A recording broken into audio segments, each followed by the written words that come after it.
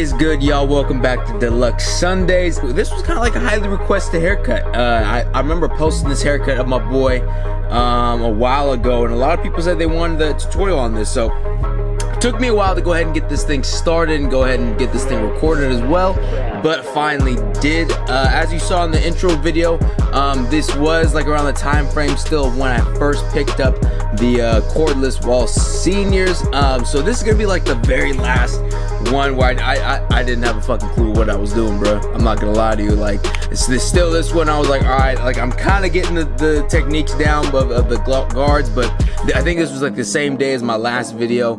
So every single content that's made after this week's video is gonna be newer content where I've kind of got down my techniques. So you're still gonna see me like kind of questioning and kind of like going through and still not really know what I'm doing. I kind of got a better feel for him. First, I of course start off with that bald guideline. He wants to do like a mid drop fade, so I'm gonna drop it right behind that little occipital bone right there. Of course, he does have the undercut. We're not taking anything off the top of the curls on top. So what I'm doing is just kind of creating a nice little curve, making sure the drop fits his head perfectly. This is what I'm kind of like trying to do as of recently. You know, like I found like when you're doing drop fades, it's easy to not really like go and look at the head and kind of just draw a line on the head and kind of call that a drop fade. I think a real good drop fade is something that complements the actual drop of the head and the shape of the skull. So when you're kind of doing a drop fade and setting it up with that first guideline, always kind of take a step back and look at the whole picture of how the hair is laying on his head as well as his skull, and see if that little arch that you made, see that one on the right side. I didn't really, looking back at it again, I think I probably should have did a little bit better, but the left side of the head is something I more ideally want in terms of shape and how it's positioned on the head. Then of course, just gonna go ahead with the Wahl Seniors, go in it with the no guard open to create that next guideline.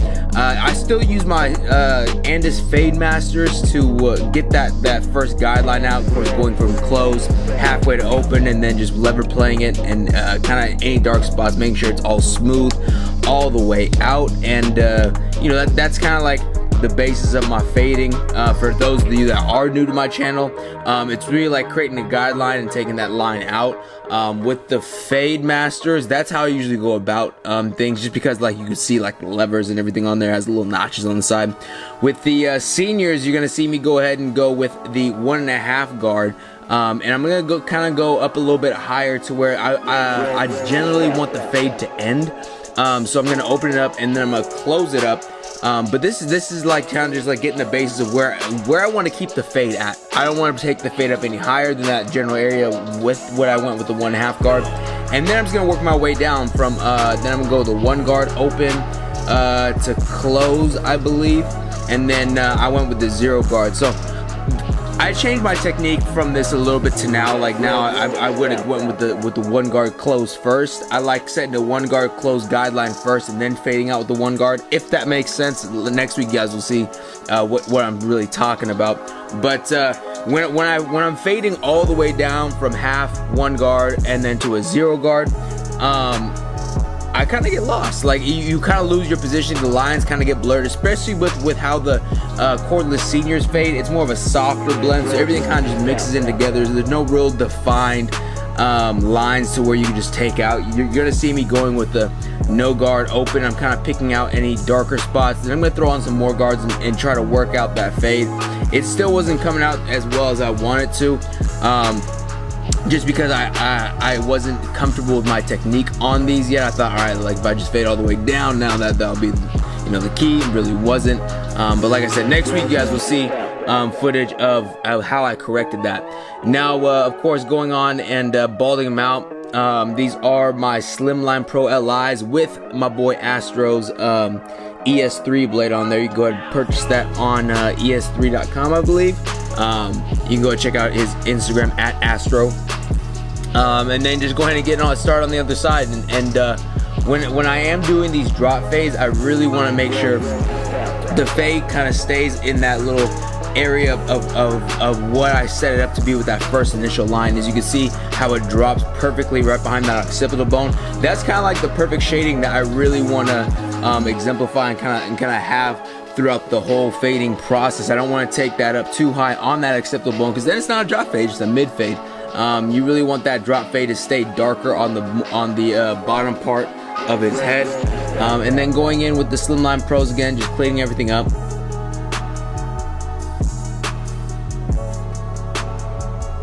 Moving forward to the lineup. Now, he doesn't really have that much of a lineup. He doesn't like, a lot of his hair is more just in the curl. So this is more like a lot of baby hairs that I'm cleaning up. You know, some clients that they just don't have that strong of a lineup, or they just, you know, when they're growing out their hair, they just never got a lineup. So somebody like him, he just wants the baby hairs lined up and to look nice and in line as best as possible without pushing it back. And then he does do like a little double part on the sides, like at the very top of the head.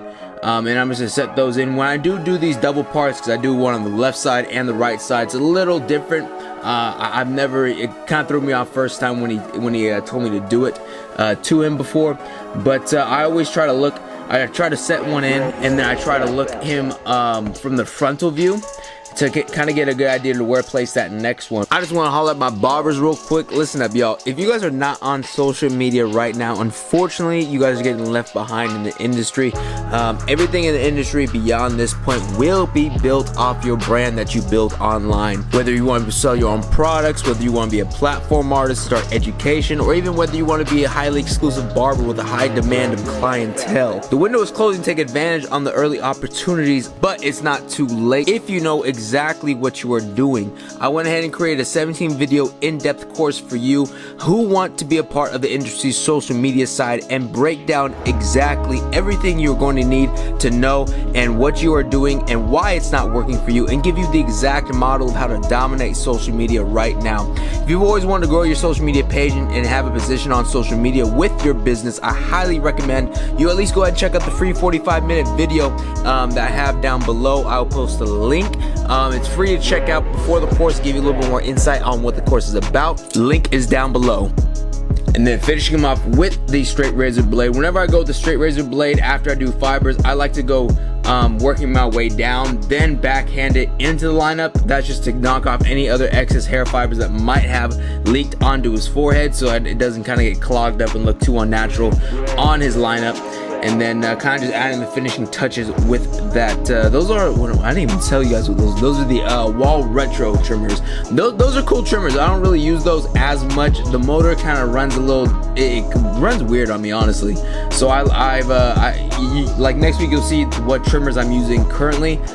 Those are always good just to go back to, or just to real quick cleanups. Like they're good cordless trimmers, but they're not my go-tos.